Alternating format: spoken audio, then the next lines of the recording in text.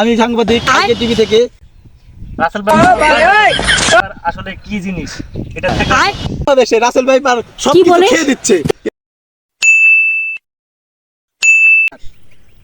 Hello বন্ধুরা, আমি সাংবাদিক খাইকে টিভি থেকে বলছি।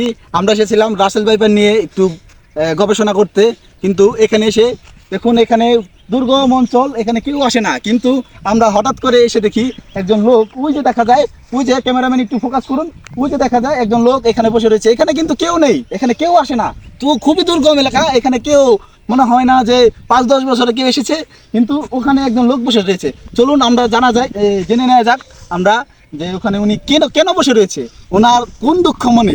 যে আসুন, রাসেল ভাই করে ভয় নেই ওনার মনে, কি জন্য উনি এখানে বসে রয়েছে, আসুন।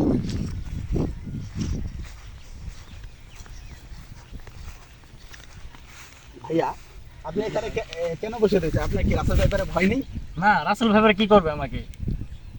রাসেল ভাই আমার বালটা ভাই আপনি এই কথা বলছেন কেন? আমি কি জীবনে রাসেল ভাই করে ভয় নেই? আমি জীবনে কত কিছু খাই দিলাম, বাইগান আর রাসেল ভাই আর কি? তাতে কি রাসেল ভাই যে আমাদের বাংলাদেশে কত আতঙ্ক ছড়াচ্ছে, আপনি এটা নিয়ে কি আপনি কিছু জানেন না, বা আপনার এই নিয়ে কোনো ভয় নেই? কম বেশি শুনেছি, তবে আমার চোখে এখনো পড়ে নাই, তার জন্য আমি এখানে বসে আছি যে রাসেল ভাই আসলে কি জিনিস এটা দেখার জন্য। দেখুন বন্ধুরা, উনি কতটা পাগল হলে মানে এই কথা বলতে পারে। আমাদের এলাকায়, আমাদের এই বাংলাদেশে রাসেল ভাইপার সব কিছু খেয়ে দিচ্ছে, কিন্তু ওনার মনে কোনো ভয় নেই। রাসেল ভাইপার বলে ওনাকে খেয়ে দিতে পারবে না, ওনার বলে রাসেল ভাইপারের থেকে বেশি বিষাক্ত উনি। আপনি এই নিয়ে কিছু বলেন আমাদের। আমি জীবনে কত কিছু খাই দিয়েছি, রাসেল ভাই আর কি?